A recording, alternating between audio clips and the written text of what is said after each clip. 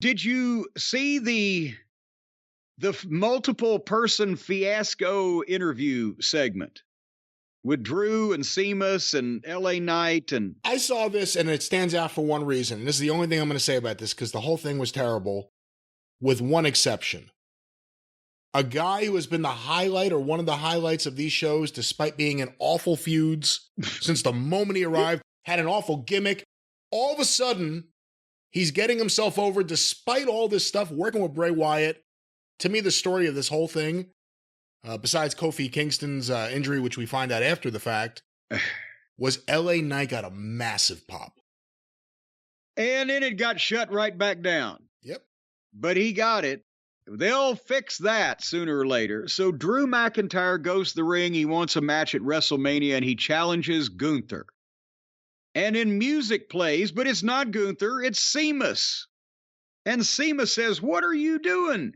You know how much the Intercontinental title means to me." And they start yelling at each other, and there was a lot of accents here. And they may have enjoyed it across the pond, but for especially the southern and southeastern United States over here, it was a bit hard to keep up.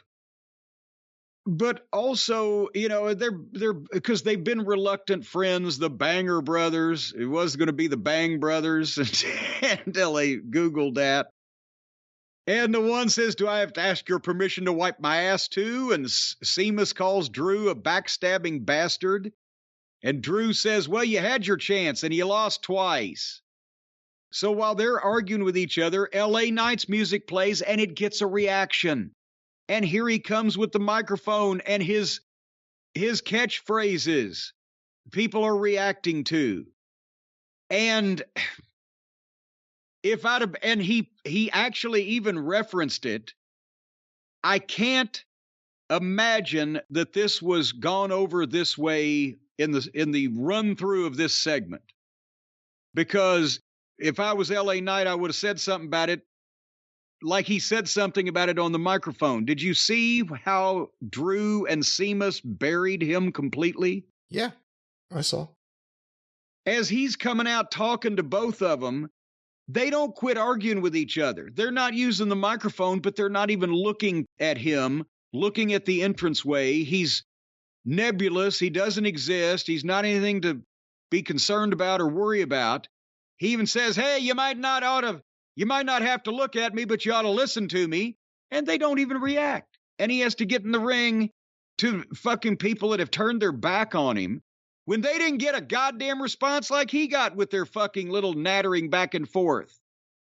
So in a previous generation, there'd have been some fucking fisticuffs in the locker room over this, unless they were told to do that just that way by somebody more important than they were, and I can't imagine why it would have been done. But then, as he gets in the ring and they've already buried him, and now, you know, people have reacted, but nothing else, then the New Day music plays, and here they come dancing with their fucking tromboners or whatever they're fucking carrying, this ridiculous bullshit, and Drew and Sheamus looked at them. Now everybody's looking at them, much as you look at a goddamn train wreck when it happens right in front of you. And this is lost at this point. What the fuck? And I started fast forwarding, and I see Cross and Scarlett ended up coming out, and they all got a fight. And somehow Cross was supposed to end up the last man in the ring after, again, LA Knight is proven to be feckless in this aspect. And everybody's been bumped to the floor or gone to the floor. And then finally, Cross hits Sheamus from behind and grabs him and, you know, scruff of the neck of the seat of the pants and shoves him into the ring post. And he's going to take a bump to the floor.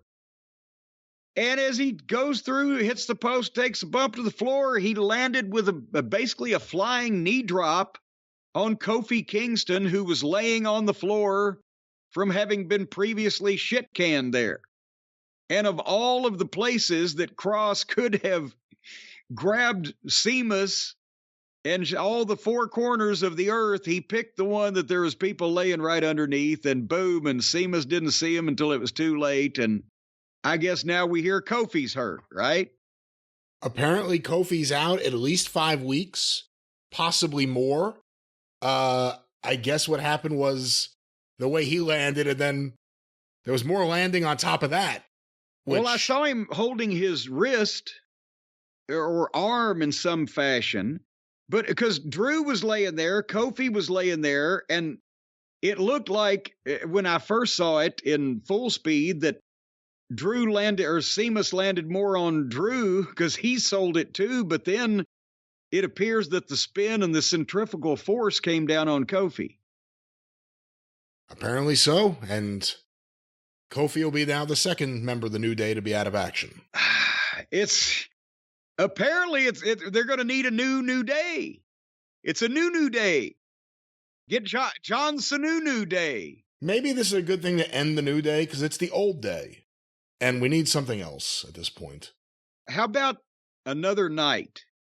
L.A. Knight and his partner, another.